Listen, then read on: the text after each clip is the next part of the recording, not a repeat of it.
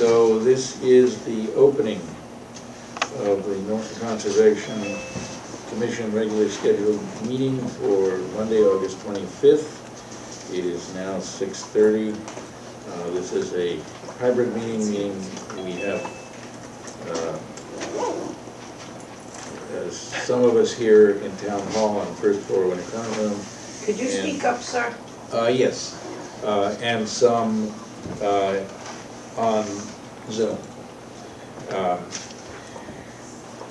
Our first order of business, we have the members participating tonight are myself, Julian Kadish, Chair. We have Lisa Carrozza, Vice Chair, Joe Carvalho, Mark Fernandez, and Dan Pearson somewhere. Oh, there you are, Dan. And we have both our director, John Thomas, and our assistant, Megan Hara, here tonight. And we have a few audience members. And so our next order of business is meeting minutes from July 28th. And I have no comments about them. Anybody have any comments? So we can entertain a motion to accept the minutes as submitted, or if there are any comments, questions, corrections, we can entertain those.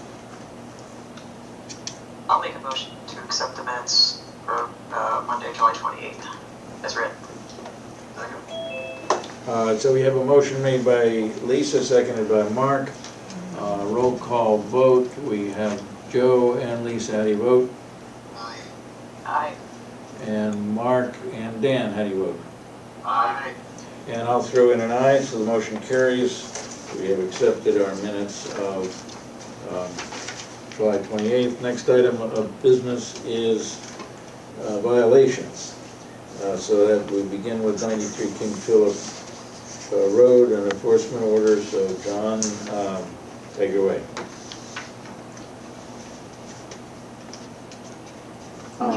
Is he supposed to be on? You can come to the, Oh. the front there. Oh, he's doing it through Zoom. I know. Trust me, we all are used to doing it over Zoom. So Okay. yeah. Apparently you'll have to speak up, because I don't know how hard it's going to be for it to get recorded. Yeah, we have some technological difficulties today. We were told this room was ready to go, and then we found out today it's not ready to go. Yeah. So unfortunately, I wasn't going to cancel the meeting. But stuff happens, and life goes on, and we make things work. So as a presenter, I would just like you to project yourself if you could. But I did talk to your wetland consultant today. He's on it. Yeah. Oh, he is. Yeah, he's Okay. the one who's going to be presenting. Okay. All right. That's why we like stepped up. Wait a minute. I thought Okay. he was taking care of this, but whatever. That's cool. So he's on. Yeah, Michael. Mike, are you here? Yes, sir. All right. So you want to just give the commission an understanding of what you're going to do, or what you basically put in your email to me today? Sure. This is Michael Cahill. I'm a licensed professional engineer in Massachusetts. My PE is environmental. And I was referred to Zach, Mr. Reed, to help out with their restoration needs at the 93 King Philip Road address. And I've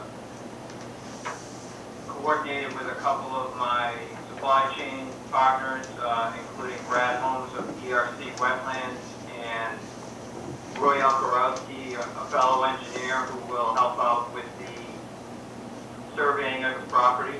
So our objective is to restore the site back to that which the Conservation Commission would be satisfied with. So we have our wetlands consultants identify any species that were involved, that were removed and or need to be replaced.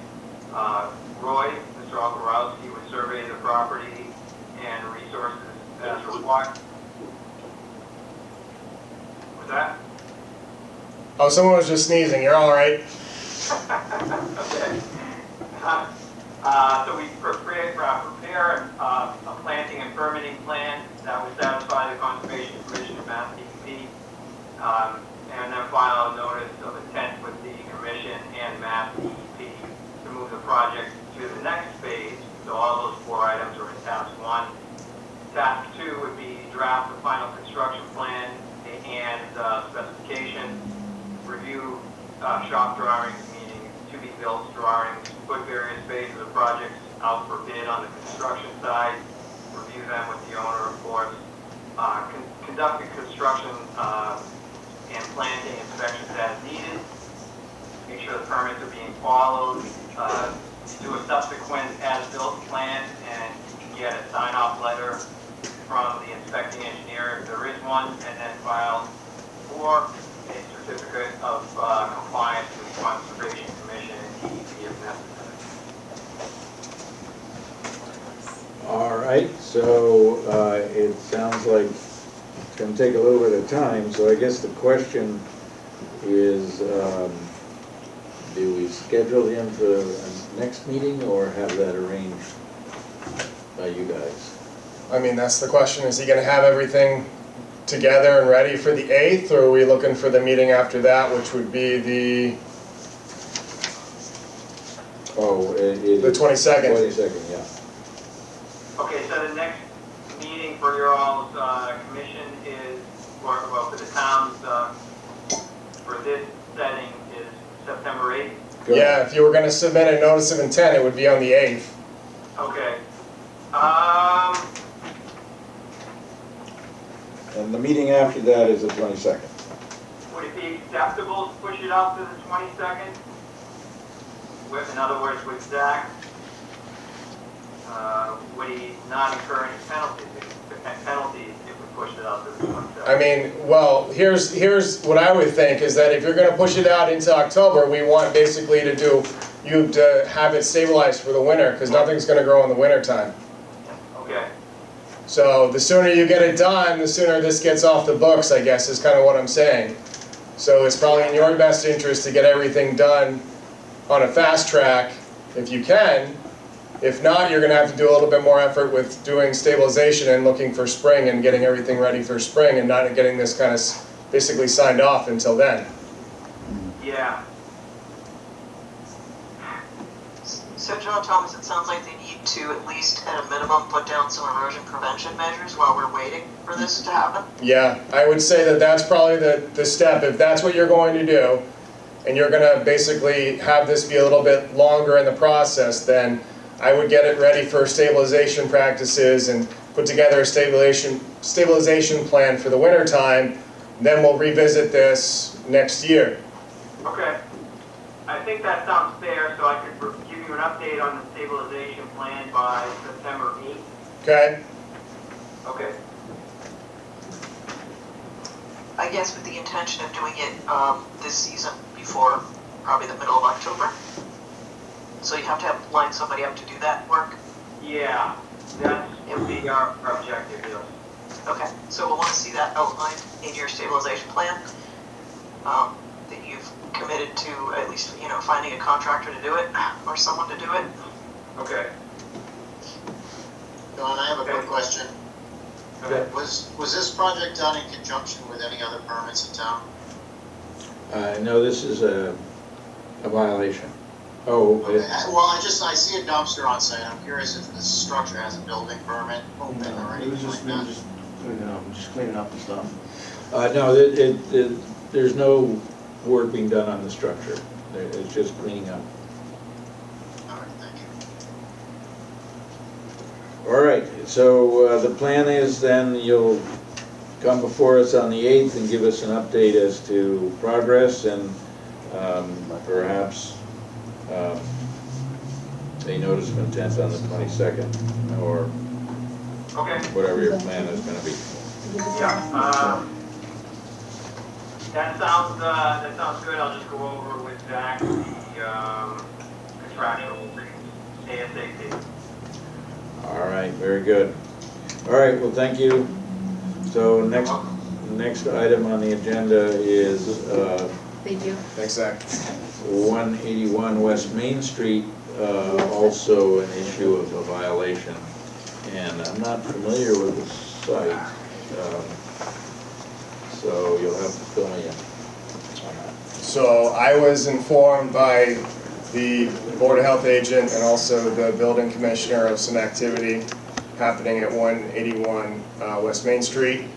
You know, obviously they had more, they were actually on site to kind of inform me of the potential issues, but it would appear that the owner of the facility, it's a cigar shop, put in a patio without a permit within riverfront area, and also has potentially done some clearing within riverfront area of vegetation. So obviously, you know, the first thing I did was, you know, discuss it with the building commissioner and you know, Board of Health agent as to what the next steps potentially could be for the applicant before I issued a violation, but sent a violation and you know, asked for permission to go on the property. I went on the property, took some photos, and you know, obviously it seems that there was some issues that the I think their attorney is going to talk about this evening. So.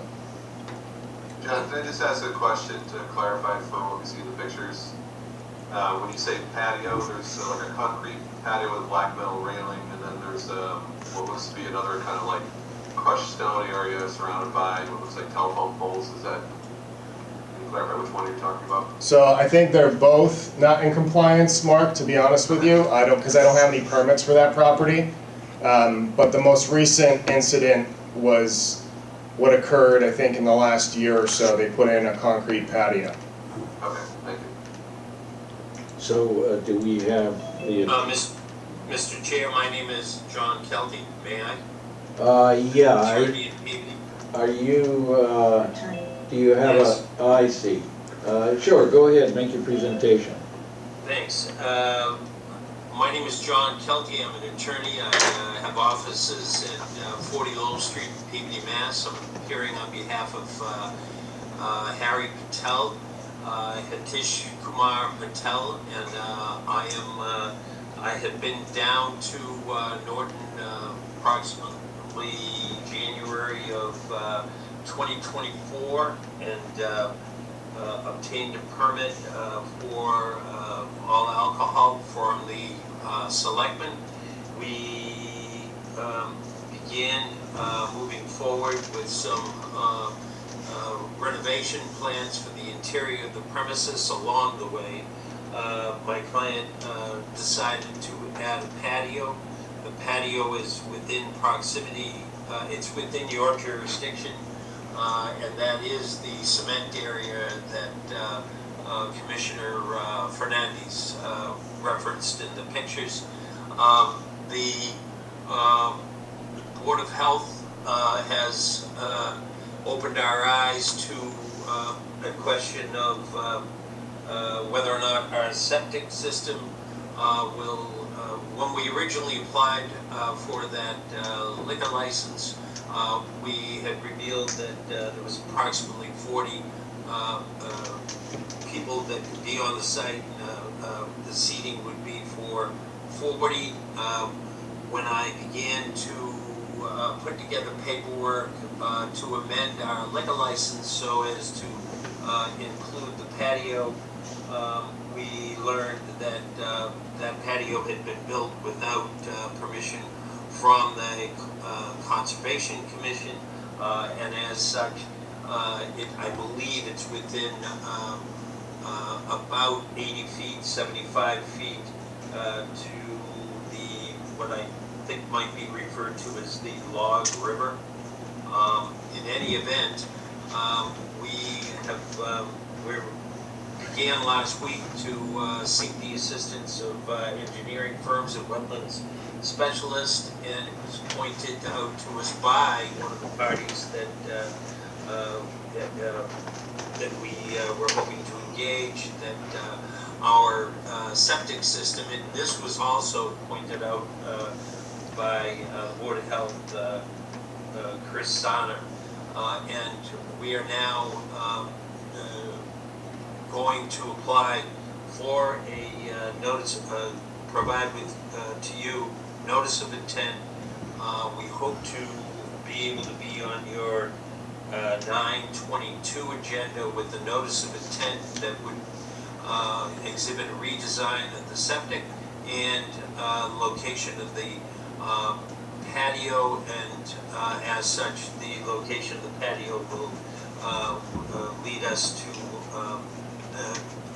the necessity to file this notice of intent, and I expect that we would be able to have that material to you in advance of your 9/22 meeting, and could be on your agenda hopefully for 9/22. All right, well, the first step is for us to get the data to see where everything is in relationship to the resource areas, and Right. and then we can decide, I mean, if this was activity that was done without a permit, but in retrospect is completely permissible, it may be fine. It's just, we have to have the information and to protect your client with regard to any kind of problems in selling the property and so on, to have it recorded as to exactly where the activity is and go from there. And so we look forward to seeing the unambiguous data as to where things are on that site. So that would be a combination of our plans prepared for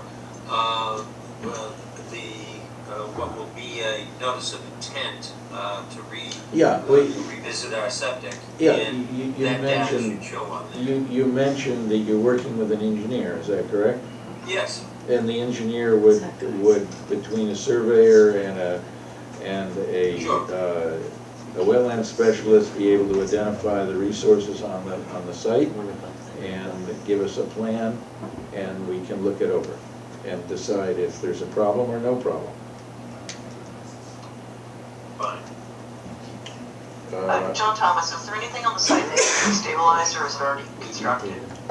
Lisa, it is stabilized. It has vegetative ground cover, so Okay, it's been an item that I didn't know about. So now that it's been brought attention to me, it's been a while. I think it's been at least 6 months. I think they did it back in the, I want to say, aerial show activity going on back there in the winter time of 2025. But obviously, I'd have to look into it more. I think from the standpoint of understanding the site limitations, it's a very small lot. So, for instance, the challenges is that when you have riverfront area disturbance, you're only given 10% of the riverfront, and being that this project site was, pre-existed the Rivers Protection Act, it gets a little bit more dicey with what you can do and you can't do. So I think it's going to be a little bit more involved from the environmental mitigation side for a new septic system, because majority of the property is within riverfront. So that's where the challenges are going to be for the applicant and their consultant. okay. I just wanted to make sure there wasn't anything we had to do with, upcoming and beginning and end of the planting season. So as long as they're not going to owe us any thing on the ground, if you will, then we're good to wait for the notice. Thank you. John, I had a question. The dumpsters, I noticed there's a photo of the dumpsters here, and it looks like there may be some type of inspection cover, and they look like they're in a very wet area. Is this the case? That is probably one of the areas that they cleared. I don't know, John, is that something you can do in the interim, is have those dumpsters move out of that area? Sure. Okay. If you can move them to the pavement, that would be helpful. We can do that. All right, thank you. Thank you. All right, so it sounds like we'll be looking forward to your notice of intent on the 22nd of September. So thank you, and Thank you very much. you bet. All right, our next item on the agenda is update on watershed analysis, Bartlesville area. I assume that is something you're going to talk about. Yeah, so the town obviously for a good majority of the years has been doing a lot of water body treatments to minimize the risk of invasive species. We've done it for the last 2 years. We're going to hold off for next year, just so everybody knows. We have to give the water bodies a break from the chemical treatments. So we're going to take a year break hiatus and see for 2026 and see how things work out for 2027. If we find out there's any sort of crucial areas that need to be treated, we'll take a look at those when they do the site investigation surveys. But they're going to complete the remainder of the, I guess, treatment efforts. They actually just sent us a memo this morning putting a note for Chartley, so they completed that. So I think that was the last initiative that they were going to do. So hopefully by early September they'll be done with the whole entire project for this year. Okay. All right, John, here, go ahead. John, when we reopen, will they give us a new list of chemicals they'll be treating with? Yes. So when we do for the next cycle, they're probably going to have new chemicals that they're going to be having to go through for treatment because one of the ponds that we have in town is natural heritage habitat, so they have to get DEP requirements. So whatever treatments they're going to do, those chemicals need to be approved. But they most certainly will be giving us a list of the chemicals they're proposing. All right, thank you very much. Yep. All right, next item on the agenda is Conservation Commission prospective new, and it says members. I didn't want to limit it, but we have a new prospective member that's looking to join the commission. She's here this evening. Her name is Courtney Miller, and I don't know, Courtney, if you want to get up and Sure. speak, or Sure, I could do a quick intro. I'm actually just going to turn.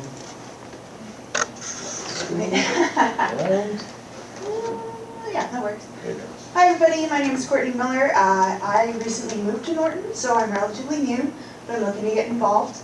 Interested in conservation specifically. I do a lot of backyard gardening and I do a lot of foraging in the area, so conservation is near and dear to my heart.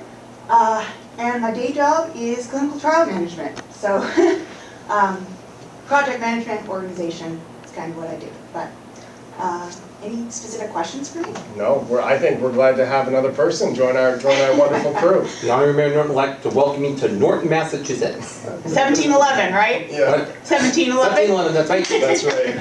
Good to know. Yeah, I'm glad to be here. And So- if you have openings still, I know a guy. We do. We have one more. We have Okay. one more. Yeah.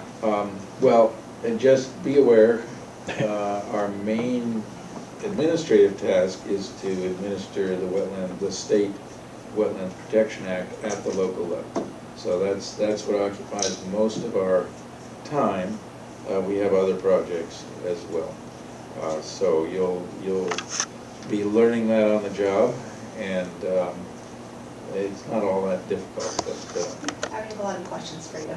It's fine. yeah, well, we will welcome questions and answer any we can and refer them all to John if we can. All right, well, thank Thanks, you. everyone. Thank you. Then we, next up is some of the hearings have requested continuations. So just to let audience members know which ones we're not going to be discussing tonight. First hearing that has requested a continuation until September 8th is file number 250-1178. That's 0 Leonard Street. And we can consider a motion to, I have to read something first. So we're going to read a letter to the commission from the applicant, which begins, Dear Norton Conservation Commission, Goddard Consulting is pleased to submit this update letter to the Conservation Commission on behalf of Harinder Johar, the applicant, for the notice of intent. It's 0 Leonard Street. Goddard Consulting LLC has been engaged in discussion with the Norton Building Department regarding the proposed work within the notice of intent, with several site plan changes occurring.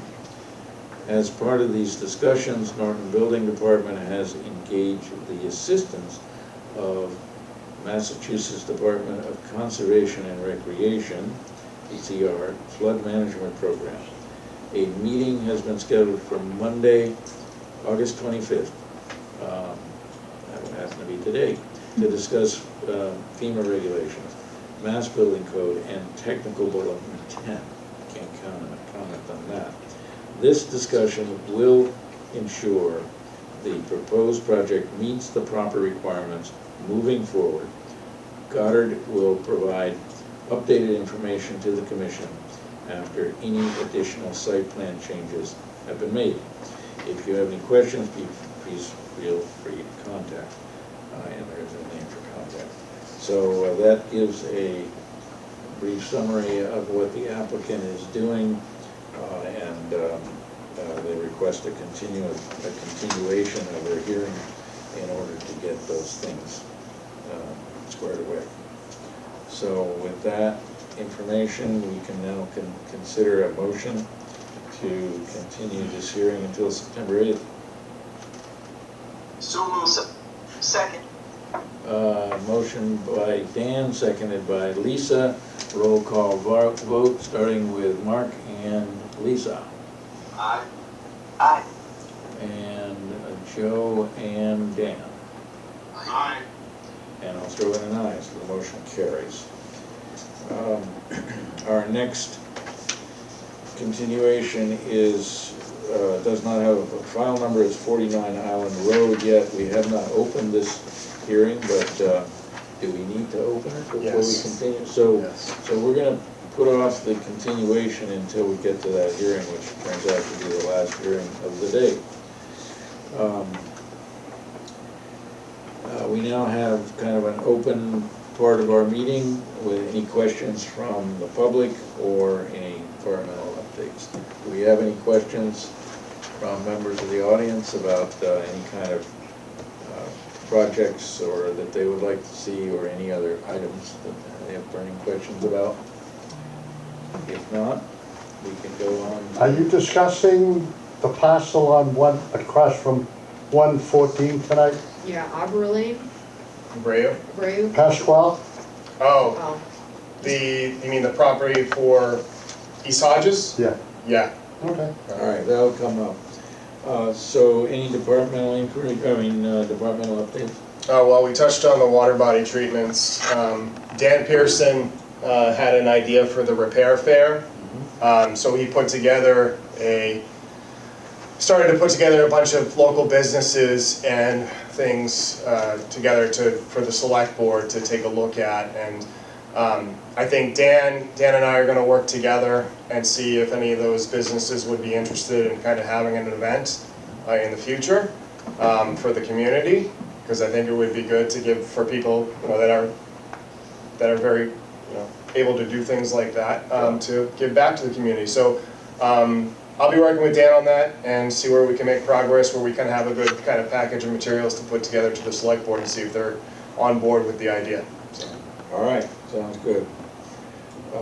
So if you're all set with that, we're going to move on to our continued public hearings.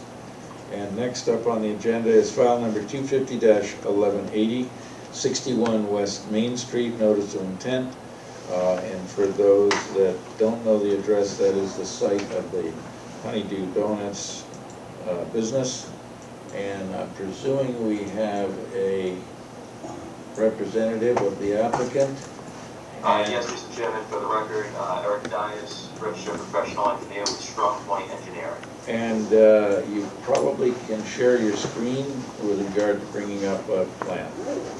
Yes. And I don't know if there's a way to make his, yes, there we go, excellent. Excellent. Well, thank you, Mr. Chairman. Apologies, I was actually hoping to be there in person tonight, but I got bamboozled into a second meeting, so I had to do double duty, and this was the only way to do it. Sounds okay. You recall, as you mentioned, this is the site of the Honeydew Donuts. We were before you on this particular site under the owner of the property for an after-the-fact notice of intent about a year ago. I think it was May to June, maybe a little bit more than that last year. at the time, the owner had made some improvements. They installed this landscape island here to reconfigure their drive-through queue. And a portion of the work that they did, it was all in disturbed areas, but it was in the buffer zone. So we filed an after-the-fact notice of intent. And I think, you know, to paraphrase and kind of generally summarize, I don't think the commission had an issue with the work that was done, but one thing that came up was the existing stormwater management system on the site. The system is comprised of, I believe it's 5 infiltrating catch basins, which seem to be doing a great job providing groundwater recharge, but they're really not doing anything in the way of providing water quality treatment. So it was discussed at the time that the system really needs to be brought into compliance with current regulation. And we have said, you know, look, we have a client who's working in an agreement to purchase the property. We're going to be coming to you with a full notice of intent, with a brand new design for a stormwater management system as far as the whole site as well.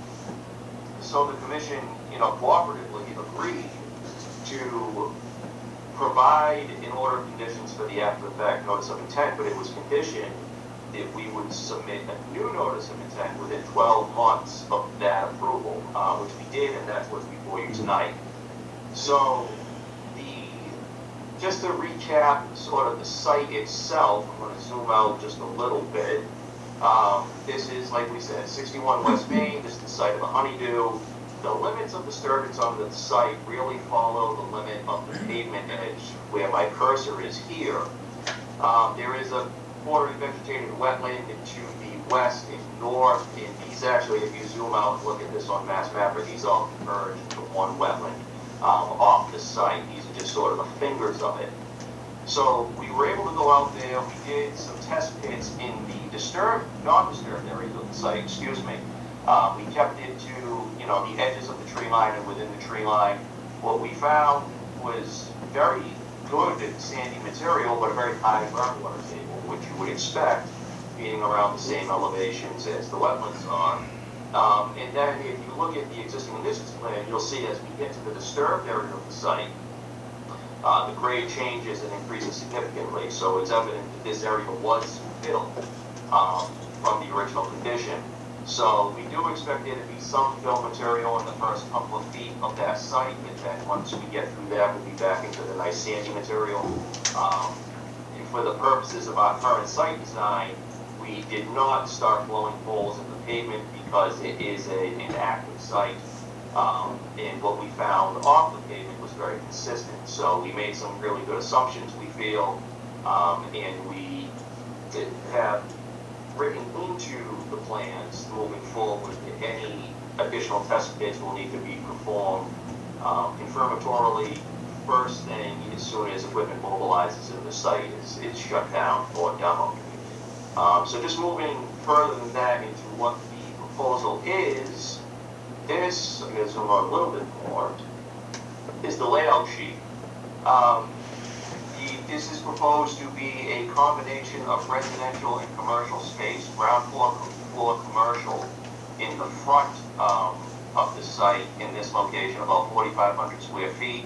On the same level of that, interiors of the building will be a drive-in garage for additional parking, and then above that will be residential apartment buildings.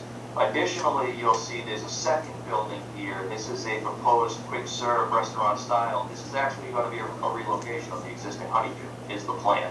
So the Honeydew is planned to remain and just be relocated on the site. Aside from that, we've got plenty of parking, we'll meet all the zoning code, et cetera, et cetera. But with regard to what this commission is really interested in is the buffer zone areas. So we are proposing to disturb additional buffer zone area beyond what is disturbed now. Approximately just under a half acre of additional buffer zone disturbance. All of that buffer zone disturbance, however, stays outside of the 25, which, as obviously the commission knows, but for the benefit of the audience, the town of Norton has a policy of no touch within the 25. Of that, approximately 20,000 square feet of buffer zone disturbance, 4,000 roughly of that will be rooftop, and about 7,600 of that will be parking area, with the remaining approximately 8,000 being landscaped areas. So moving on from there, getting into the grading and stormwater management, you can see, you know, with the existing site is raised through the developed portions, we're going to have to be, in order to maintain that, provide separation of groundwater for stormwater facilities, we're going to have to raise those areas where we're adding and expanding the existing pavement as well. So where we can, we've sloped that down to existing at no greater than a 2-to-1 slope. We provided mechanisms to stabilize those slopes with jute mesh and things of that nature. And we've employed retaining walls around the perimeter where we had to avoid grading into the 25-foot buffer zone. Stormwater management is completely subsurface on this site. We are proposing an infiltration basin in this location here that will handle the rooftop runoff from the main building. It will handle all of the rooftop runoff, nothing else going into that one. And then there are 2 additional infiltration basins that will propose to take runoff from the parking areas and the smaller outbuilding. Stormwater management calculations show that we are reducing flow and volume of runoff to all of the design points. We are far and away eclipsing what's required for the recharge volumes just by the nature of having to retain on-site through subsurface infiltration. And we have provided more than what is required in the way of water quality treatment. Whereas we talked about the big issue with the current stormwater system is there is none. We have used proprietary oil and grit separators, storm scepters, to provide the water quality treatment that's required under the state stormwater standards. So outside of that, we have provided a full erosion control plan to mitigate any concerns during construction. We have provided an operations and maintenance plan for the long-term maintenance and operation of the stormwater facilities, and I can go through those in any detail that you folks would like. And further, this has been reviewed by the town's peer review agent, Pat Brennan. Did provide some very minor comments to us about, I think, mid-July. And those comments were really about cover for the catch basins. So we revised the catch basins to be a flat top structure rather than a conic structure to make those work. And we defined some snow storage locations on site in the landscaped areas that weren't previously shown on the plans. So that is the overview. We have not yet submitted to the planning board the site plan review. We wanted to come to this commission before doing so. This site is, I'll say, sort of tight in regard to its approaching of the 25-foot buffer zone. We felt that we wanted to have a conversation with the commission before we went further in our permitting process. So that's where we are. That's the overview, and I am glad to answer any questions. So I see you're building up the added square foot area. Is the existing parking lot height also going to be raised or not? Not by much. So the existing parking lot, if I zoom in here, let me just kind of catch a contour through here. This contour is at about, that you see running through here, is at about elevation 114. And coming through the site in this location, we're at about 115 through here. We're raising up to 116 back here. So it's coming up a foot or two maybe. And a lot of that is to accommodate the separation between floors in the main building here where we have the drive-in, so we can access that appropriately. All right, so I think we can open it up to questions from commission members at this point. Or John, do you want to make a comment first on this? Or? I guess from my standpoint, Eric, obviously my understanding is that, if the commission is amenable to what you're proposing, you probably want to keep this project open until you go through planning board. Is that correct? I guess that might make sense. If we close it, obviously we would run the risk if we go to planning and there's a change, it warranted us to come back for an amendment. So I don't think it would kill us to keep it open for a little while, as if we at least get a level of comfort with planning. Okay, I just wanted to make sure we're on the same page. Sure. Commission members, any questions? So Eric, I'm sorry, what did you say the use was going to be? Residential? It's going to be a mixed use, residential on the second and third floor of the main building, and commercial on the front and in the smaller building. So I'm just noticing that you don't have provisions for any open space if there are going to be people living there. So you're shoehorning this thing in. I don't see any provisions for open space or anything. I don't even see walkways. Is there anything on the plan? Well, that's plan north, but on the north side of that building, that's the parking garage, right? Yeah, this is the parking garage. It would be a buffer zone back here. There is, could possibly do something back there at some point, and that's something that we can look into.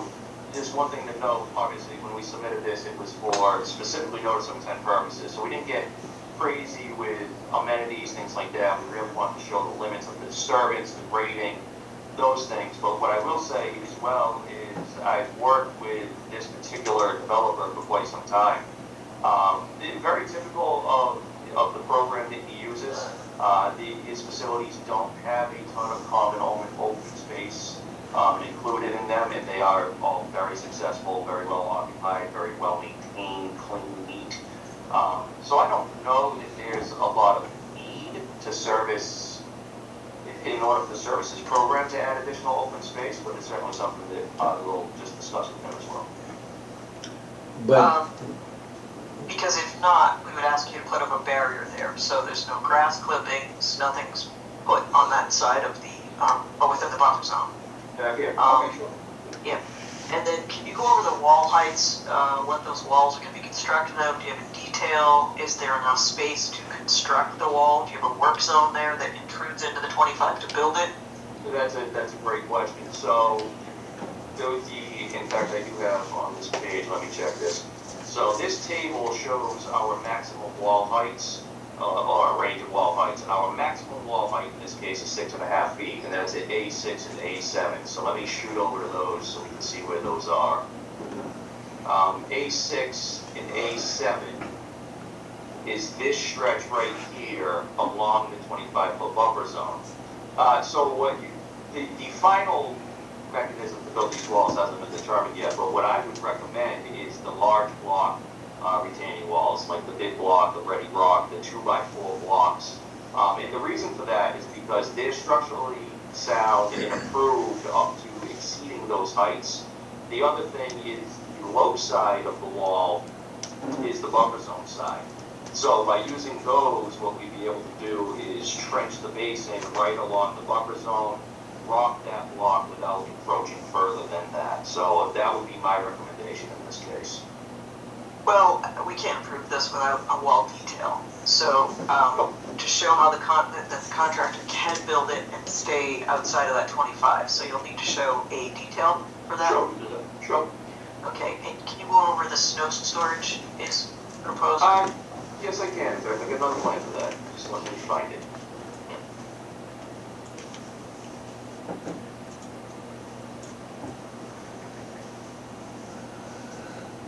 I think I need to stop this share and start another one to be able to do that.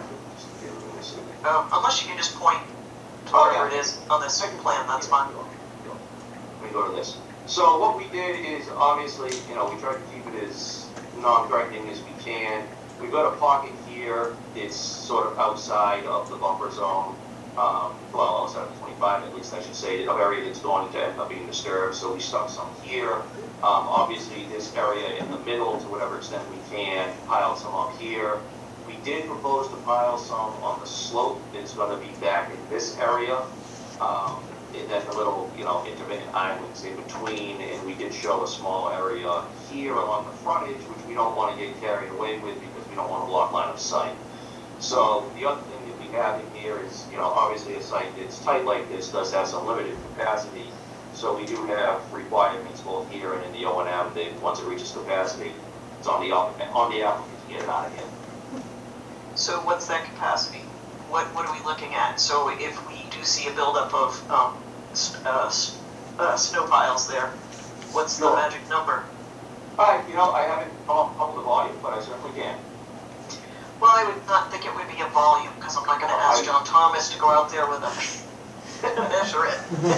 Let me go out there with a total station and then measure it with I'm a, concerned about stockpiling it along a slope, because you don't wanna lead to continuous erosion of, when that snow pile is melting. I don't know what your, ground cover is back there, but it's really not good practice to put it at the top of a slope. So, what does your ground cover consist of? Where are you thinking of stockpiling? So in the flat area is just basic typical loam and seed. I don't think we expect much in the way of a ground cover on the slope back here, but I can definitely do that and get us, you know, a ground cover that's going to take a good firm root, good deep root, and help with that concern, certainly.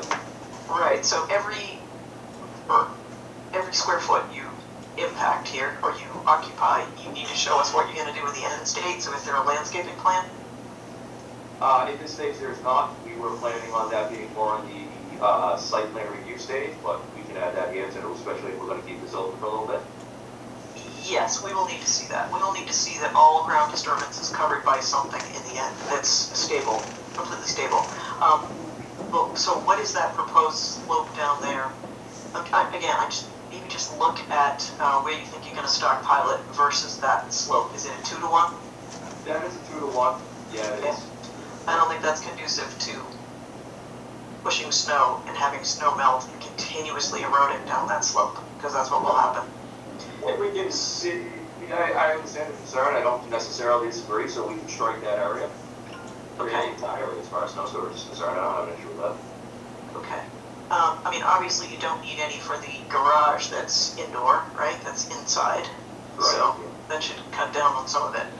Okay, and then last, kind of not in jurisdiction of the Concom, but it might be. You need a curb cut from MassDOT in this section of 123. We do. All right. Do you trigger anything with MEPA? We do not trigger anything with MEPA.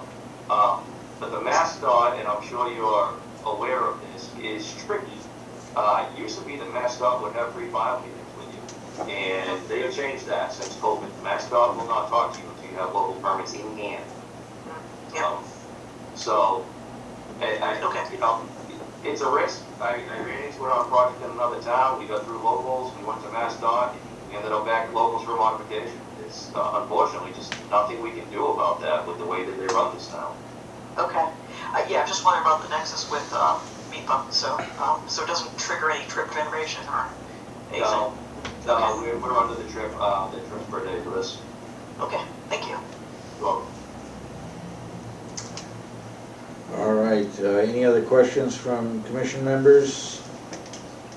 And I think we can open this hearing up to any questions from any audience members. Anyone have any questions, or anyone on the call have, any on the Zoom call have any questions? And now I guess my only question is this something that's gonna go out for peer review with regard to the stormwater? I already did. Oh, it already did, okay. Yeah, it's already been peer reviewed for stormwater. Okay, so that's. Yeah, the only action item now is just to make sure it gets vetted through planning board for site plan review and any special, there's no special permit for this, is there? You know, I don't believe there is, but, you know, don't quote me. I reserve the right to take just a look back through my notes on this one. I don't think Okay, it's special. so I'm just gonna say it has to go through planning board. All right. Yeah.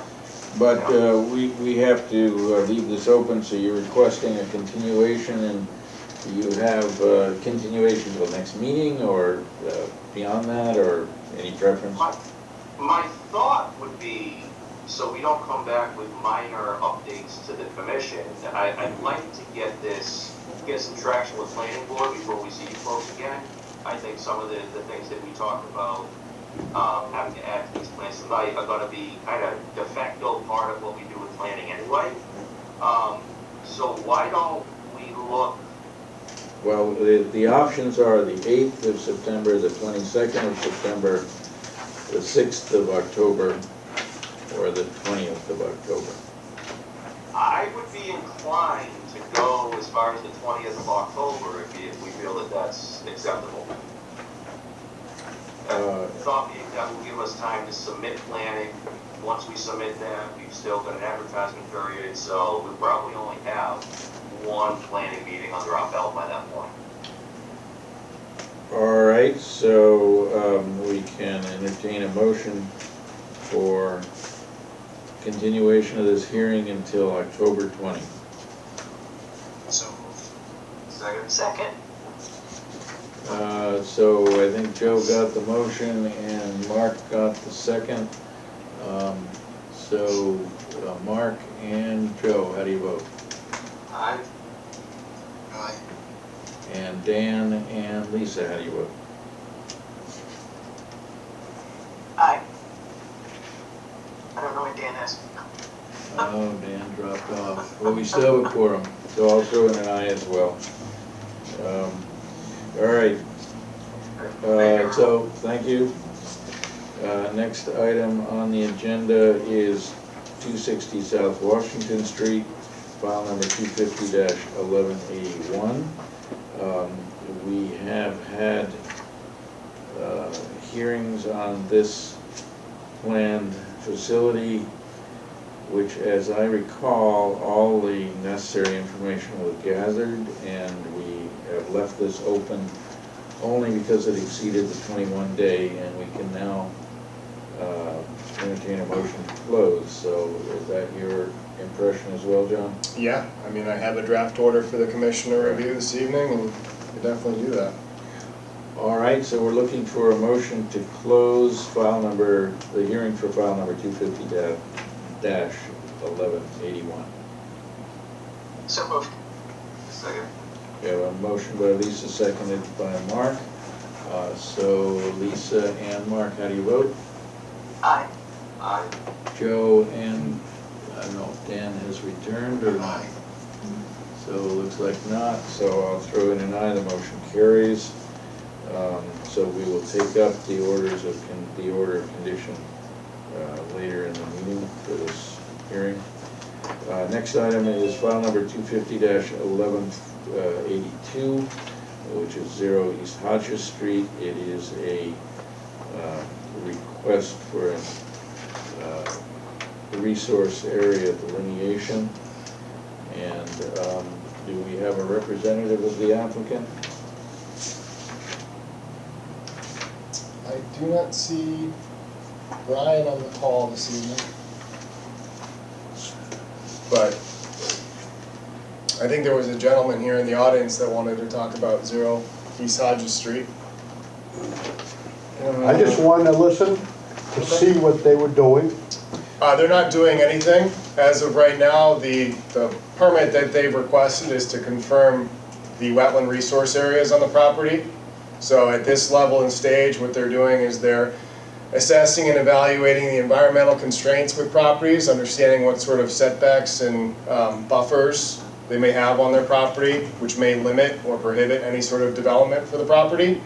And at this phase of it, the commission is confirming those resource areas and those buffer zones. So what are you gonna do tonight?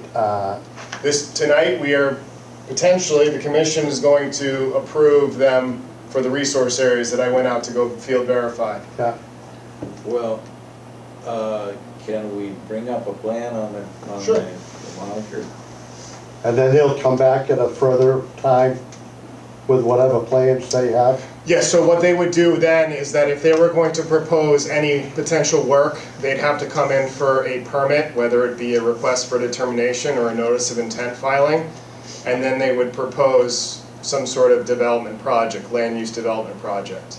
And that would Does be that go out as registered letters to the abutters? You would get letters. Each resident that's within 100 feet of the property would get a notice in their mailbox that says that there's a public hearing to discuss whatever project they're proposing on the property, or properties. Okay. There's multiple properties, so. How do you define 100 feet? From the boundary of the property? So the limits of the property. So if you are horizontally outward with under 100 feet of that property, you will get notified. I see. So since you're a direct with a butter for Abreu Lane, you were notified. So with regard to this hearing, this is 0 East Hodges Yes. Street. Can we bring up a plan? Yes. Give me 1 second.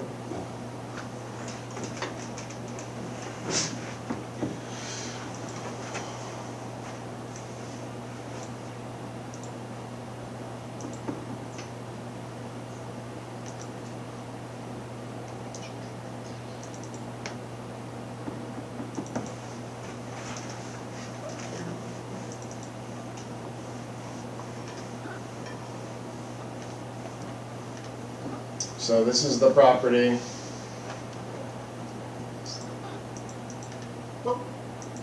So it's actually a collection of. It's a collection four parcels. There is a perennial stream which runs through the northern portion of the property. And there's also a certified vernal pool on the property. And this main stream is perennial, like I said, but it's buffered by bordering vegetated wetland. So there's wetland on either side of that stream. Access through here at this location would be very difficult because it's within an area of critical environmental concern, so any sort of proposed land use development projects will probably not happen from this entry point access area here because it's not allowed. We don't have the ability to allow it because we can't allow for more than 5,000 square feet of wetlands to be disturbed, and there's definitely more than 5,000 square feet of wetlands to be disturbed. So as of we sit here, there is no entrance off of East Hodges Street? Through the wetlands, no. Between 113, well, I know the people who live, but not their numbers. So right along, is all of East Hodges Street on this initial first 5 acre, is it all wetland? Majority of this section of wetland area here is all under is all within conservation jurisdiction, so it's all basically wetlands and resource areas, yes. Okay. Yeah, but it's not just wetland. I mean, it has. Oh, I've been on the water. That street has been on the water before. It has a perennial stream, so the difficulty of going from Hodges Street to the upland portion is just an engineering impossibility. Yeah, I know. And I don't think she knows it either. You know? Well, and the question is whether there's an alternative access from some other approach. But that's not our issue. Our issue here tonight is simply to certify that those are the wetland resources on the site. And so my question to John is, you've seen it, you've walked over it, do you have any objection to anything on that plan, or you agree with that plan completely? No, I think that the resource areas were mapped correctly, and I have nothing in my professional opinion would say that requires me to change any of the flags out there. All right, so this, just to emphasize, this in no way allows or has anything to do with any proposed development on that site. This just talks about what's there, and we agree with this plan. Okay. So we can potentially consider the delineation of those resource areas later in our meeting. So I think that being the case, we can consider a motion to close this hearing unless there are any further questions about it. I'll make a motion to close the public hearing for file 250-1182. Second. So we have a motion by Lisa, seconded by Joe. And Mark and Lisa, how do you vote? Aye. Aye. And Dan, you are back. Yeah, sorry about that. Not a problem. And, let's see, did I miss you, Mark? I can't remember. Miss Joe? I think I was first. Yeah, so Joe, we skipped over you. Aye. All right, and I'll throw in an aye. So the motion carries to close the hearing for file number 250-1182. We now go into new public hearings, and I would pronounce this Abreu Lane. I don't know how others. It's Abreu, Abreu. Abreu, okay, got that wrong.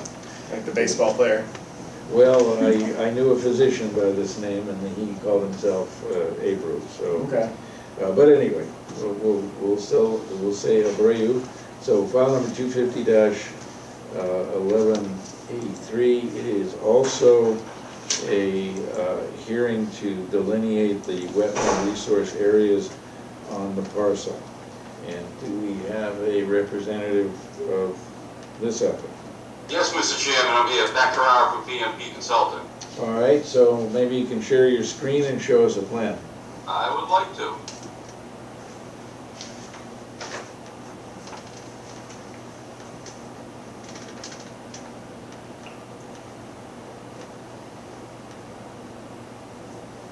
Alrighty.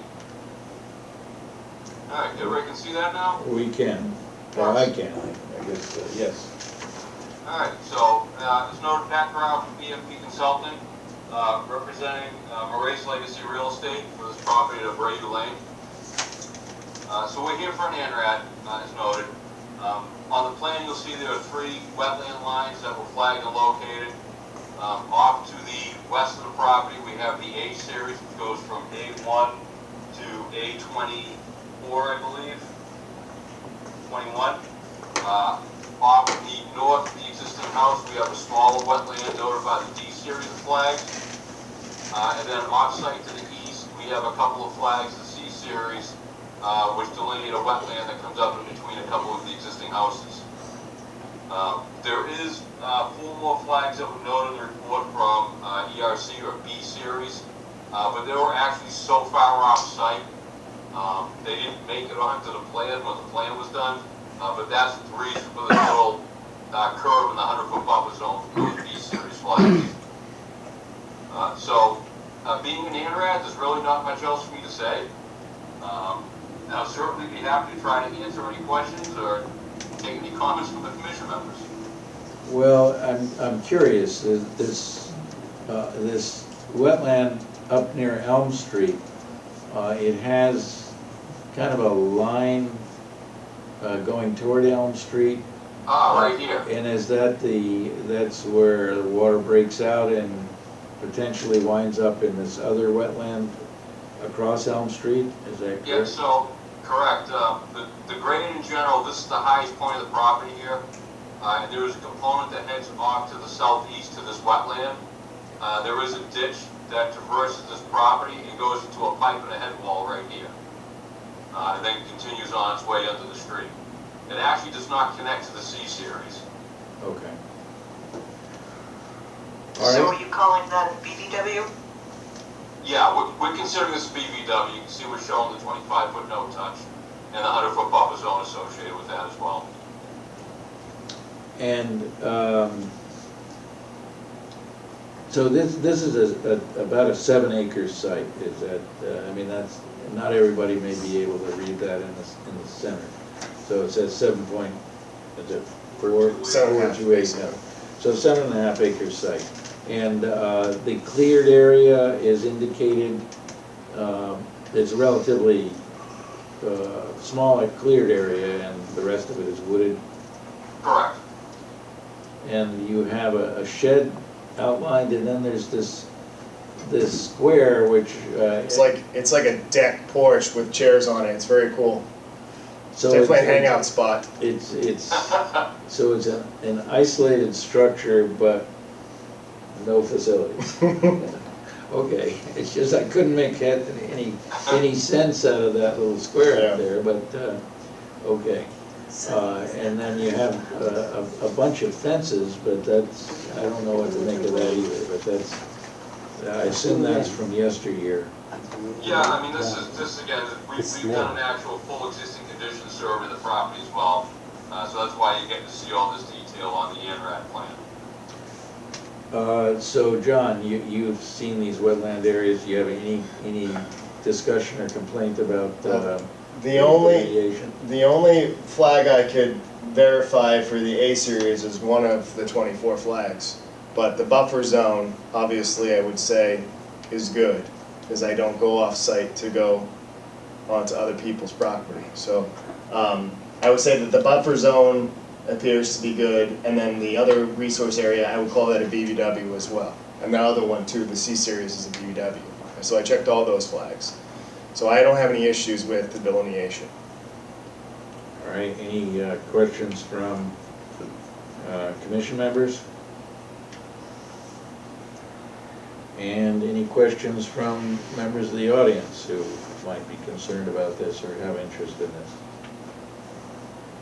I'm at 77 Elm, and And there's a state your name, please. stream right across the way, and people came by, people from the town, saying that something should never have been allowed going through from the stream across to my property out and back. So I'm just All right, concerned you that can they'll have try to- to do that with this. All right, you have to give me more details. So you're on Elm Street, Yes, and just for the record, your name? Debbie Winston. All right, and 77, where is that in relation to? Right across, I'm diagonally across from Sunny. 76, right from. Are you north or south of Sunny? She's north. I can see her Thank you. on Google Earth. No idea. Okay. Do you have an image, Patrick, of a graphic or an aerial or something? Actually, I do. Give me 1 second and I will grab it. Yeah, there's an extensive wetland across the street because we permitted that house at, the address is that one. 75 Elm Street, next door. So that wetland wraps, it's almost the entire lot across, directly across, and then it wraps around the back of 77 Elm, from what I'm looking at.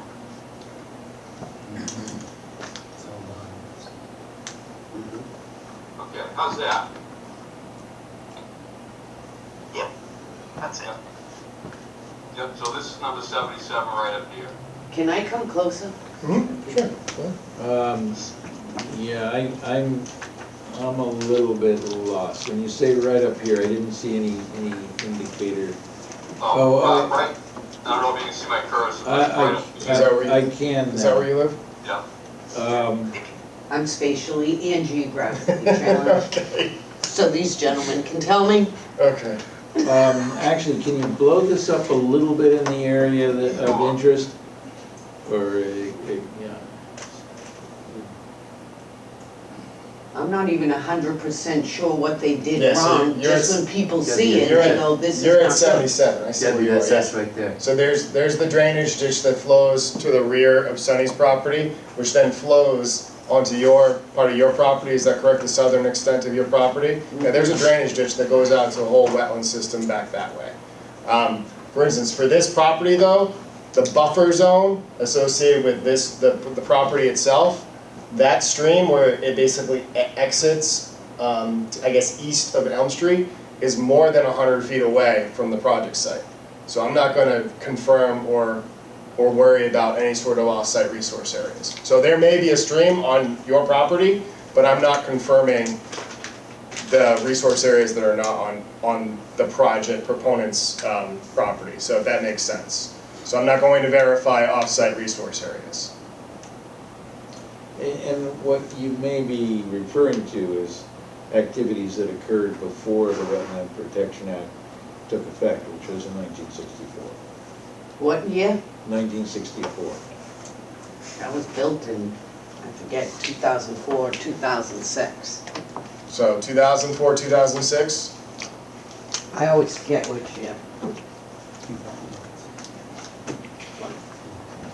All right, but with regard to this site, that that activity doesn't refer to this site, so we're, Yeah, I mean, obviously, Norton has a lot of resource areas, I will preface that. And we have a lot of streams and also wetlands that are not mapped on MassGIS.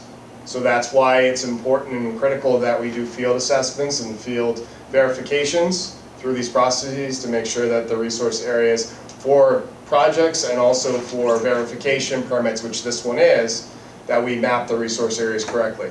If, for instance, you as a landowner are interested in understanding where the resource areas are on your property, you can contact me and I will come out there and I can basically, show you. As you're being a resident, I can just basically show you where they are. But if you're looking to propose work, then for instance, you would probably want to hire a consultant and potentially file for a permit. Hopefully that helps. all right, so unless there are further questions about this resource area delineation, we can consider a motion to close this hearing. So moved. Second. We have a motion made by Lisa and seconded by, was it Mark or Joe? Yep. I think it was Mark, okay. So Mark and Lisa, how do you vote? Aye. Aye.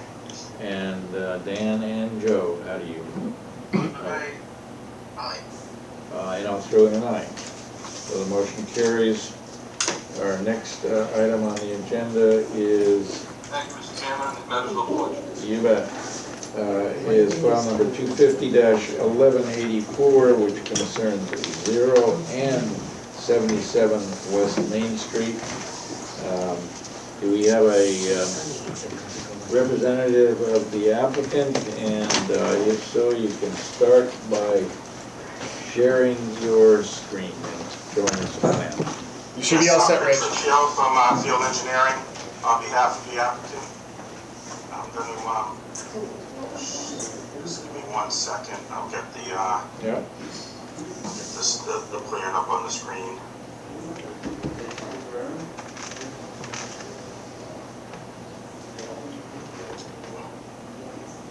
Can you see this plan now? Yes. Okay, great. Once again, Richard Shield from Field Engineering on behalf of the applicant. This is notice of intent application for the redevelopment of 77 West Main Street and also the adjacent vacant lot known as 0 West Main. This is the former Ridge property, and then 0 West Main historically had a hot dog stand and parking and such associated with that on it. The site itself will be accessed through an existing curb cut on there's a town-owned strip of land between the two properties, which the town, through town meeting, had granted an access easement to the owners of these two properties for site access. 77 West Main both house a 10,500 square foot building, 3 stories. First story would be retail and office and common areas for the condos above, on the second 2 stories, which would be residential condos. The smaller building on the right-hand side is a small 1,800 square foot 1-story building that would be a commercial use to be determined, retail or office type use. We're proposing a total of 75 parking spaces on the site to meet the zoning requirements of the buildings. And like I said, there's 1 single curb cut off the property, onto the property. The stormwater management facilities for the site will be, switch to the grading plan real quick, will be handled by a series of subsurface recharge systems and storm scepter inlets. We're proposing 3 recharge systems and 5 storm scepter manholes, would provide the necessary treatment and attenuation of the runoff from the property. to the wetland system that's located to the north. This entire site basically flows from south to north to an extensive wetland system located on the town-owned property that basically surrounds the site. The recharge systems were sized to retain and infiltrate up to the 100-year storm event. We did test pits in each of those locations and found very sandy soils similar to the site down the street where the honeydew is with higher water tables, but they were very conducive to recharge. You'll see we are proposing an overflow on the site, the recharge system for the larger building, just as a relief to provide if there's any issues with those systems. But once again, the calculations show they need size for a 100-year storm event. Proposed grading plan, as I've got shown here, we will have to bring in some fill on the property. We're looking at 1 to 2 feet of fill to meet the requirements of the separation of groundwater, and also to provide the level parking areas for the building that will sit on the basically the southwest developable area of the site.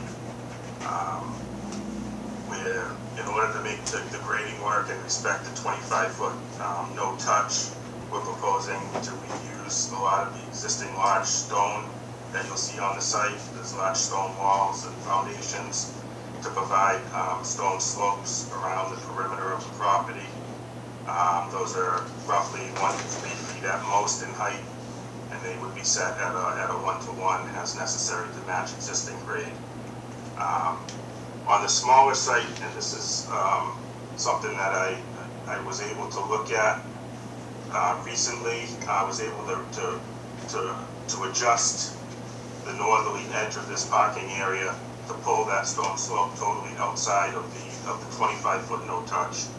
I did provide a small area around that for a work area to build that zone, but that would be revegetated after the fact, once at the end of construction. In order to offset some of that, we provided a number of mitigation measures on the site, including the removal of pavement within the buffer zone, shown in orangish red. It looks a lot better on paper than it does on the scan here. The colors of this area here is approximately 2,000 square feet of pavement that we removed. We're allowing this area here, which is previously disturbed, to be revegetated. And then we'll also be removing some, which has already been done, building and overhang areas that were within the 25-foot and restoring those with loam and seed.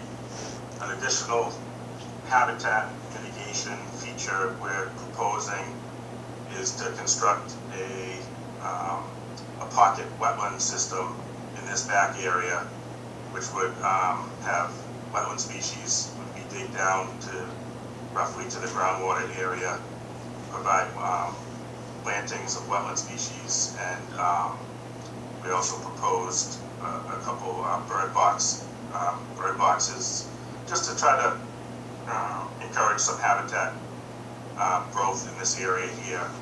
And in addition to that, we're providing a walking path for open space type use around that feature with some park benches. If you go on the site, what you see, there's an existing stone wall that basically defines this area. The wetland is on the back side of it, and we're proposing to maintain that stone wall as is, as a good barrier to the wetlands on the other side, and also provide some, like I said, some habitat and some open space for the use. Early on in the development process, we had looked at using this area as potentially for parking or building, but it just lended itself to something a little more conservation oriented and such. We did have our stormwater reviewed by the peer review consultant. He had some minor comments on our mounting analysis, but he agreed that as it was designed, we met the requirements for separation of groundwater. He did have 2 minor comments on the design of the recharge systems, basically to add inspection ports, which are shown on this revised plan, and also to modify our detail to show that there's only filter fabric on the top and the sides of these structures to allow for better infiltration into the soils. So my intent would be to issue a fully revised set of plans that show these comments, as well as the relocation of this slope. I was able to just tighten up this parking area a bit so we don't have any permanent alteration within the 25-foot no touch. So this is my the erosion control plan, basically showing straw wattles around the perimeter of the property, and then we'd also install a silt fence along the work side of that stone wall, just as to show that there's no work to be done beyond that wall. We are going before the planning board tomorrow night for a site plan review. We do have 2 special permits with them as well for affordable housing within the structure, and the site is within the water resource district. So we have had meetings with the town departments, and it seems very favorable to this project, and we look forward to any questions from the commission.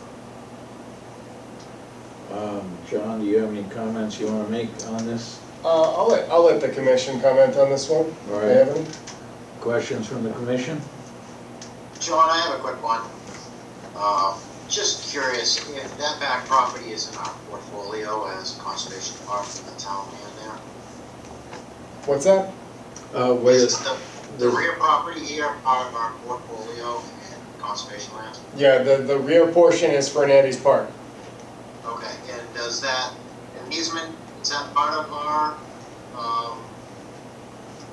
is that on our book, or is that? No, that's the select board. The select board own the park, and they have jurisdiction of it. They have, in the past, I put it in our synopsis notes, but in the past, they have allowed the previous hot dog stand person have an agreement.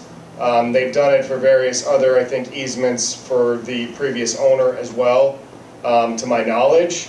So, obviously, that's a question for the select board if you have any questions regarding the easement kind of rights and things. Is that what you're getting at? No, I just wasn't sure if that was held under our portfolio, knowing that property in the back. No, it's not us, it's not ours.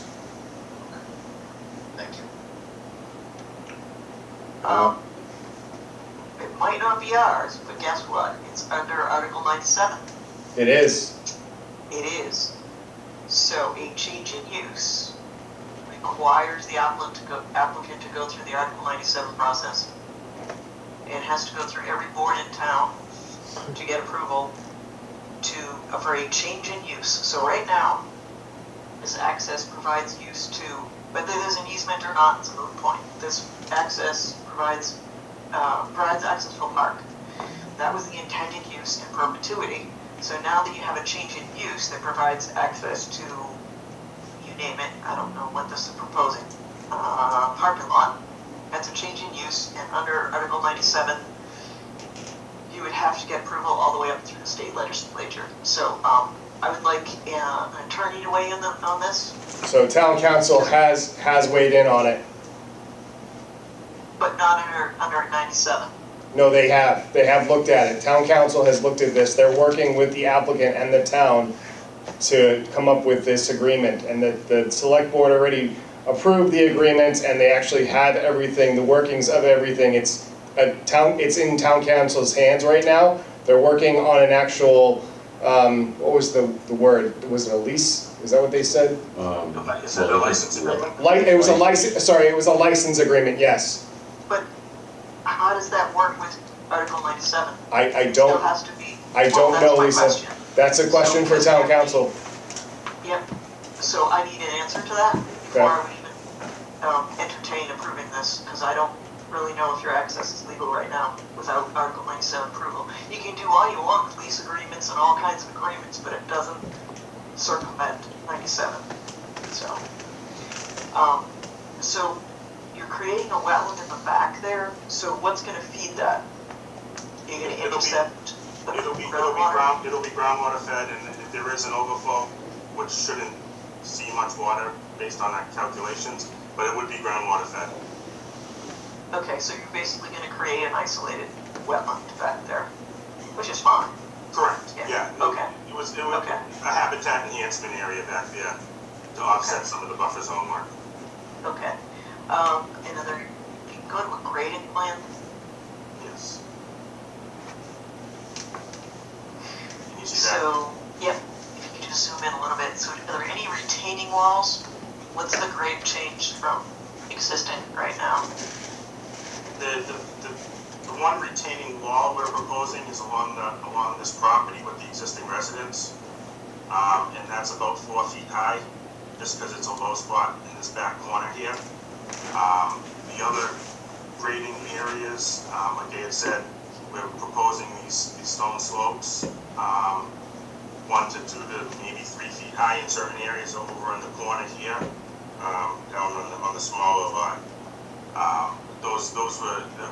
Originally we had these as all block walls, but when we noticed the amount of larger stone on site from the old foundations and such, they want to try to salvage as much of that as they can. And we would use that as more of a natural feature as opposed to concrete block walls. Okay, and I assume you have snow storage areas? Yeah, we can, we would be able to put some of the snow storage back in this corner here. That's a 4-to-1 slope, which would be loamed and seeded. We also have landscape pockets here and along these corners here as well, where we would be able to put any snow storage. Once again, if it exceeded what we could store on site, the owner would be responsible to dispose of it off site. We typically put notes on the plan. I don't think they're on these right now, but on the final updated site plans that no snow would be dumped directly into the wetland systems, no snow would be dumped on the street, and that any snow in excess of the available areas would have to be disposed off site. Okay, just make sure that wording, more importantly than this plan, because the plow operator's not gonna look at this plan, is gonna be the management company under the O&M. Yes. Make sure it makes its way in there. Yes. Okay, thank you.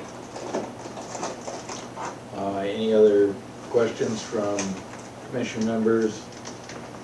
And if not, we can open it up to any audience members or people on Zoom that have questions about this project.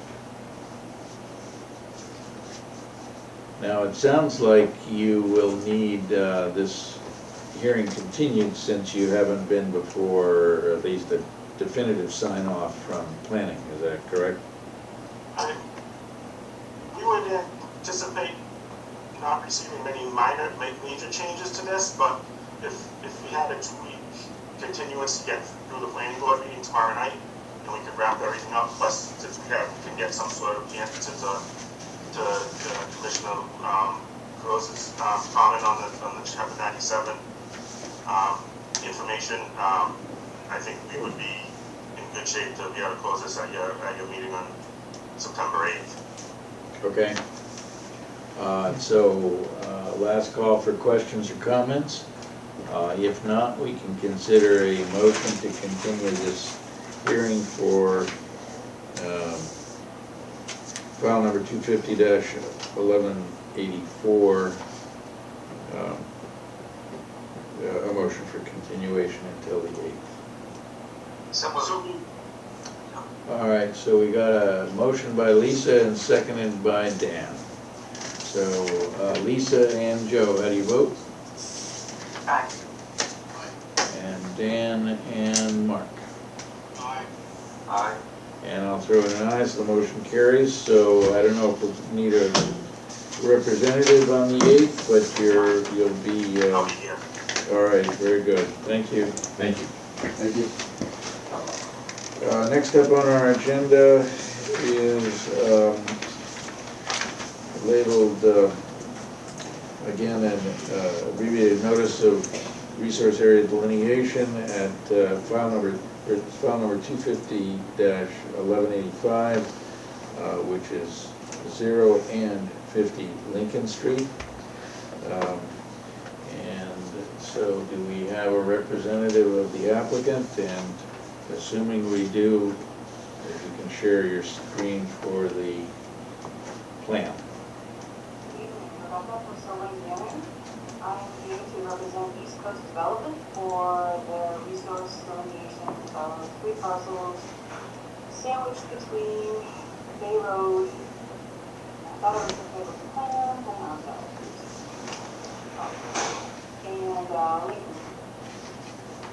See on the screen? Not quite yet, but it looks like it's coming. Okay. There we go, yes. Bay Road to the west, Lincoln Street to the east, 3 parcels, 1 to the north, and these 2 new parcels on the south side. We had Ken Thompson from Five Wetlands delineate that in March of 2023. And this office still engineering located by on-the-ground survey, the 24 flags minus 2 that were offset.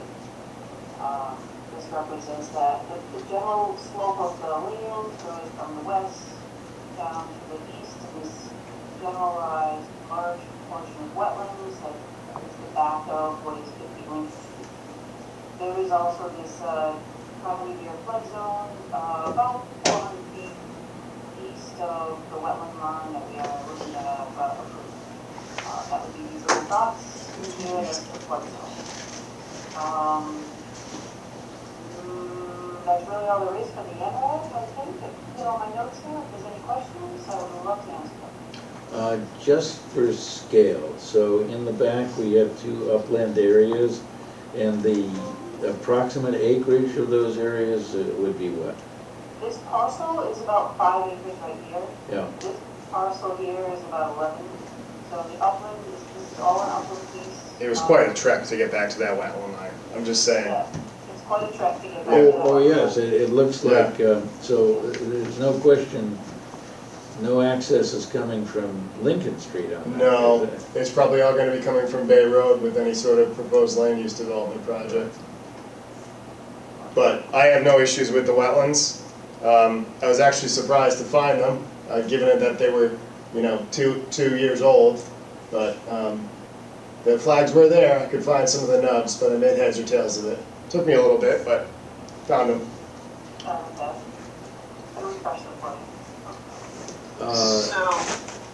Yeah, go ahead. So you just did the, I don't know where north is on this plan, but you just did the western limit of the wetland. Where's the eastern limit? So when Ken flagged it, he did both the western limit and the eastern limit. And at the time, it was so that we could divide lot 29. So the eastern limit is actually like all in here. So this little bit is the upland area, and then all of this is the wetland. And we had it divided and delineated so we could subdivide this piece and give it the 80,000 square foot of upland to the east, and then the remainder. So this is now a lot that was passed the planning board. That's why it was originally delineated. But for whatever we're trying to do with this piece, we don't need the commission to say okay over here because we can't do anything more over here. That's what. Yeah, it's not that we're saying okay. So for the record, we need to make sure that the wetland in its entirety is shown on that plan because that's what we're approving.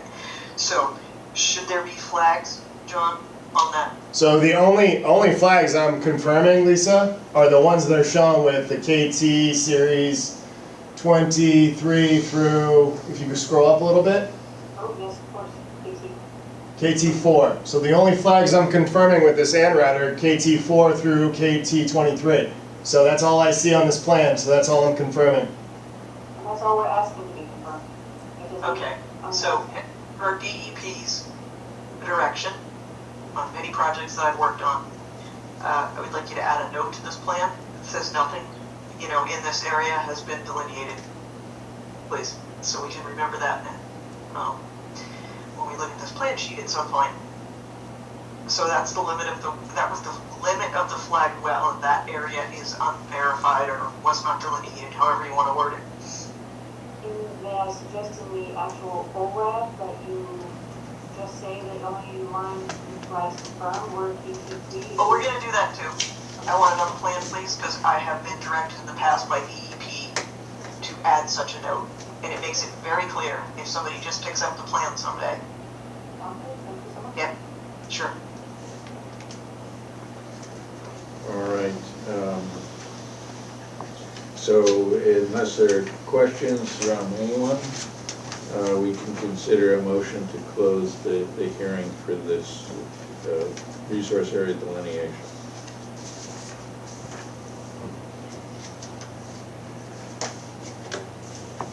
So looking for a motion. Second? We have a motion from Joe, second from Mark. And Mark and Lisa, how do you vote? I would say pending receipt of a plan that's updated with the note, but then it's an aye. Okay. And has Dan disappeared again? Looks like he has. I'm still here. Oh, you are here. You were not on my screen. I don't know how it disappeared. All right. So Joe and Dan, all right. And I'll throw in an aye. So the motion carries, and pending that addition of the note. And it actually, you know, if you look at the ORAD that we're going to be voting on, Does say that no other resources are confirmed under this, right? I believe I usually put that in there. well, right, I mean, we can talk about it as soon as we get to it, because we have kind of a list of things, but we can clarify that on the text of the ORAD itself. All right, we have one further, well, thank you. Thank you. We have one further hearing, which is requested continuation, but if we can just open the hearing for 49 Island Road, just to get a plan. I don't know if there was a plan in Google Drive. I didn't, yeah. I didn't see anything, or I don't remember anything in Google Drive. I have an empty folder. Oh, maybe I didn't put it in because I requested the continuance. Yeah, something's in here, Megan. All right, so, The last time we opened, we just opened it with a general overview of the proposed project and then continued it because we can't discuss the plans. well, okay, it says here it's for construction of a 36 by 16-foot garage. But they're requesting a continuation, so that's the full extent of the opening, yes? Yep. So it sounds like we're looking for a motion to continue, yes, 9E. So moved. All right, motion by Dan and seconded by? So moved, yes, yeah. Do we have a Second. We have a second from Joe. So let's see, Mark and Lisa, how do you vote? Aye. And Joe and Dan? Aye. Aye. And I'll throw in an aye. So this hearing is continued until the 8th of September. We're now on a request for a certificate of compliance, file number 250-1122, that is 36 West Main Street. This was a site that was before us fairly recently. They are really going lickety-split on that. Yeah, this site is right across from where 123 meets Oak Street. Yeah. There's actually two constructions going on. It's not the one that's on Oak Street, but it's the one across the street. Yeah, and they've made significant progress. And they put in the the visual buffer markers the other day. And, you know, I think everything looks good. I think they still need to remove the erosion controls, but they're waiting to make sure that they got a certificate of compliance before doing that, so. Well, I mean, how long has that been under construction? Just a few months? No, it's been in construction for a while.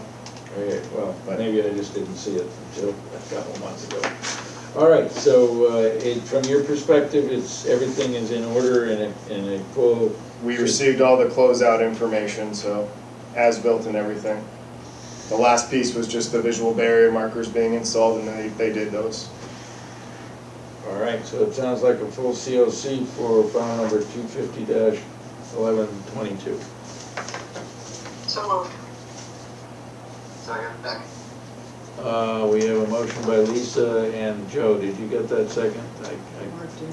Or Mark got the second, okay. So, Mark and Lisa, how do you vote? Aye. Aye. And Dan and, Aye. Aye.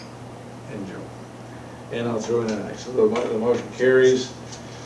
So we are now into our list of first order of conditions for file number 250-1181, and that was 260 South Washington Street, which was the facility for cold storage. So we have mostly standard orders and a couple of custom orders. First specifying for 1, 2, 3, 5, 6, and 1D in section A. And then we have in the back, or near the end. So, John Thomas, Yes. first I thought this was a typo, the very first sentence, What's that? under following resource areas have been confirmed, and that was through the ANRAD, right? Yes. So, I would make that a little clearer, because I thought it was a typo. So I would say the resource areas under this order were approved in an ORAD, and then say that file number, because it makes it look like it's either a typo or, I would make that clearer statement. So I would say the resource areas were confirmed through the issuance of an ORAD under DEP file 251-171. And then the question I had was prior to construction, D, confirmation from the applicant that all applicable core permits have been submitted for compliance review. Submitted to who?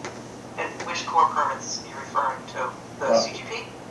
No. No, it's gonna be for the filling of the isolated wetlands. Okay, we're assuming they're federal. Yeah, I don't know if they are or not. Okay. We need to make sure that they're in compliance for all sorts of, so do you want me to spell that out? Well, it says confirmation from the applicant that permits have been submitted. So permit Yes. applications, are we looking for the permit applications or are we looking for the permit from the Corps? All I would be looking for is that they filed for a self-verification permit for the isolated Okay. wetlands. So Do you want me to say that? reword that again to be clearer. Confirmation from the applicant that all applicable ACOE federal permit applications have been submitted for review and approval. That's all. So ACOE federal permit applications have been submitted for review and approval.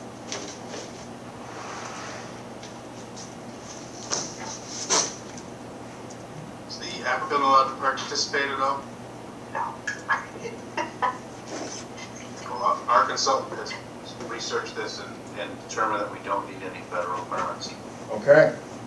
So the feds are, so our word on the street right now from the Corps is that every single wetland is federal unless they determine otherwise.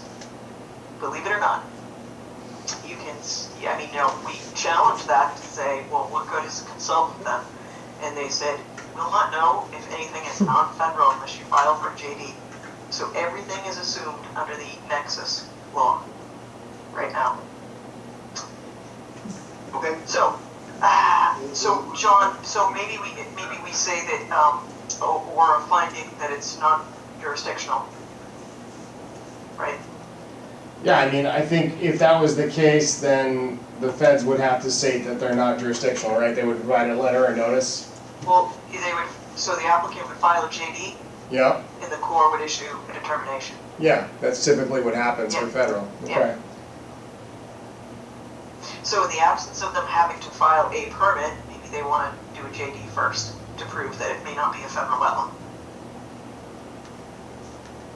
Don't know. So I would leave it open for them, that, you know, proof of an application filing and or proof that it's non-jurisdictional, a non-jurisdictional federal wetland on water of the US. That's all I had. All right. Anyone else have any comments? So I think with those revisions, we're happy, we can issue this. Yeah, I think that works based on what Lisa said. Okay. So, we would be looking for a motion to approve the orders of conditions for file number 250-1181, 260 South Washington Street as modified, as the draft was modified. So, Second. We have a motion from Lisa, seconded by Dan. So, Mark and Lisa, how do you vote? Aye. aye. And Joe and Dan, how do you guys vote? Aye. And I'll throw in an aye, the motion carries for approval of the modified draft. Our next item is the order of resource area delineation for 0 East Hodges Street, file number 250-1182. This was the site that has a tremendous amount of wetlands and a perennial stream near the street. Yeah.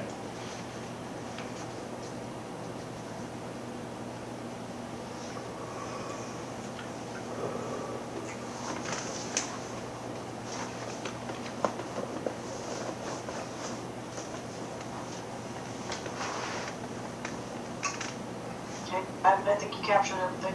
Yeah. John? Thank you. So I make a motion to issue the ORAD for 250-1183. Second. So we have a motion by Lisa, seconded by Joe. Mark and Lisa, how do you vote? Aye. Aye. And Dan and Joe, how do you vote? Aye. And I'll throw in an aye, that motion, that ORAD carries, or the motion for the approving the ORAD carries. Next item is the order of resource area delineation for file number 250-1185, which is 0 and 50 Lincoln Street. So this is the one we had the question of the flags up front are not, or the flags on the east side are not delineated.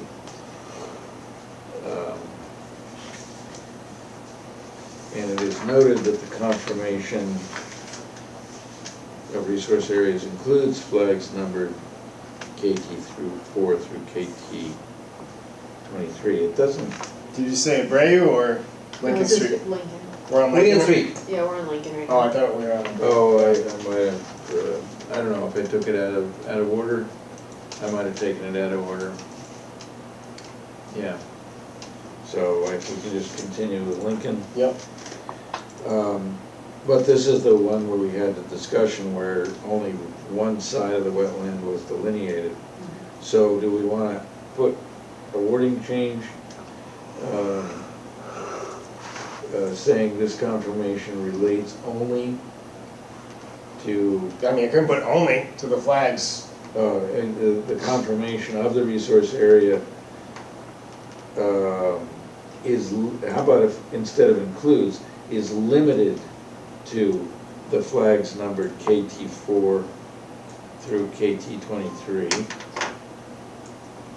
and Yeah, and does not extend to the east portion of the site. So you want me to say the confirmation of the resource areas is limited to the flags numbered KT through KT4 through 23? Yeah, but I think specifying but does not extend to the east side of the And site. does not extend to the east portion of the site? Correct, yeah. But, I mean, the justification is all of that area is developed to the extent possible, so it's just. Well, it's gonna be its own separate it currently is its own separate property anyway. In my understanding is it's already been subdivided. The east, but actually one of those parcels still has a small portion Yeah. of upland on it. Yeah, there's a house on it, I think. But, okay, but that's, What is the east portion of the site plans? yeah. It's not just the specific. Well, site. it has an actual physical address, I believe, because it has a house on it. Yeah, but the question is the ownership, so you presumably. should take them separately. You should identify those separately. Because we don't know if they're ever gonna be combined someday, right? So you wanna say what's at 0 and what's at 50. They're two separate lots, correct? Yeah, and well, my point being is that I think if I'm not mistaken, it's only for 29A, 29B, and 30-02. So I don't know if 30-0, can you go on to, actually, let me just see. Yeah, I mean, they may not have ownership of that parcel that had the small portion of upland on it.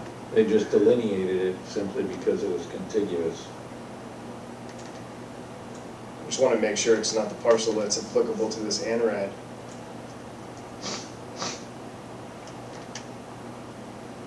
Yeah, they show it as. Yeah, the assessors didn't have it processed yet. Let me see, the plan that they submitted should There's have a it. dividing line right here. And somewhere right here. Yeah, if you could. If you wouldn't mind. I think we should separate these out by address, John. Yeah, I'll do that. The map, I see, so they just subdivided it. Yeah. yeah, so it's lot, It's 3 parcels. it's lot A. So it's lot 29A, so I'll say, oh no, it is part of that is on there, okay. Yeah, but presumably that on the bottom of the screen, the parcel to the right that has a tiny bit of upland, that's owned by somebody else now, because there's a house on it. That would be the address of 50. It's all the same ownership at the moment. So why don't I say Oh, the wetlands closest to Lincoln Street are not confirmed under this ORAD? All right, that specifies. Is that specific enough? I think so. Yeah, I would still break these down into the 3 parcels on here. Yeah. Yep. So I would say, parcel, what's the first one? Sorry, can you scroll up a little? 29A. Okay. 29A and 30-02. So we're not calling that a parcel number, it's just still referenced as map 12, lot 30-02. Yeah. So for that one, John, I would say that the delineation is limited to the western edge of the wetland. And then we have 29B, which is absent, has no wetlands on it. And then 29A is similar to the other one, right? Only the western edge Yeah. is delineated. So I would write all those out separately because those, typically you issue the ORAD for one at a time, but we gotta make it clear in this. Would you like me to still add a note to the plan? Yes, please. Would you like me to add it near the wetlands on? We typically put it on the lot, correct? Okay, so you want it up over it? Like, yeah, or underneath the lot number or whatever. Yep. Yep. Thank you. And what is the note to the side? You want verbatim? Okay. it should probably match the ORAD language. So John, what are we saying on there? So I'm saying the confirmation of resource areas is limited to flags numbered KT4 through KT23 on map 12, lot 29A and lot 30-02. Copy it, put it in the Zoom chat sheet. Share it. I don't think it is. Okay, that's good. Thank you. Okay. So you just want to repeat that on the other lot, just in case it's ever sold off at some point separately. I want a record of each one. Okay. Yeah. Stop sharing, or would you like to still see? I think we're good. Thank you. Oh, look at you. Oh, copy and paste. That is that. Thank you. We have a hybrid meeting there, John. What's that? I prefer Zoom if you really want to know the truth, but Live in real time action Zoom. I will get this plan to you tomorrow or the next day. all right, thank you. Thank you. So I'll make a motion to issue the ORAD for 250-1185 as discussed. Second. So we have a motion by Lisa, seconded by Joe. Mark and Lisa, how do you vote? Aye. Aye. Joe and Dan, how do you vote? Aye. Aye. And I'll throw in an aye, so the modified order of resource area delineation is approved. Our last one is an ORAD for file number 250-1183. Is it Abreu? Brayu. Abreu. It's all right, I've been saying it wrong. Brayu. I keep saying a brew.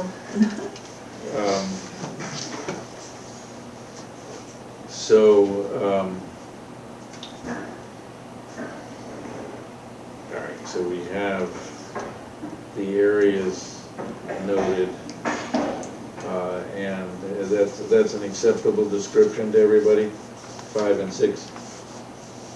As discussed, yeah. Yeah. So we So can consider a motion. I'll make a motion to issue the ORAD for file 250-1183. Second. So we have a motion by Lisa, seconded by Joe. Mark and Lisa, how do you vote? Aye. Aye. And Joe and Dan, how do you vote? Aye. And was that an aye from you, Joe? Yes. Okay, and I'll throw in an aye, the motion carries. And I believe that brings us to the end of this somewhat long agenda. Yes, and I think we have this back. And I'll collect that. so this was my copy. So I think we're ready for that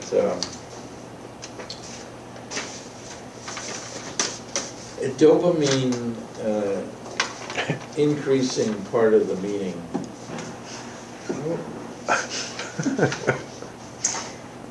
The motion to adjourn. Oh, it's like, what are you Makes talking everybody feel better. All right. No, Julian didn't make it, Dan. Did you just make it? Dan just made it. First and second. First and second. Okay. All right, thank you guys. Good night, everyone. All right, I need you guys to properly motion to adjourn, sorry. Hopefully you didn't scare the new person away. Still here.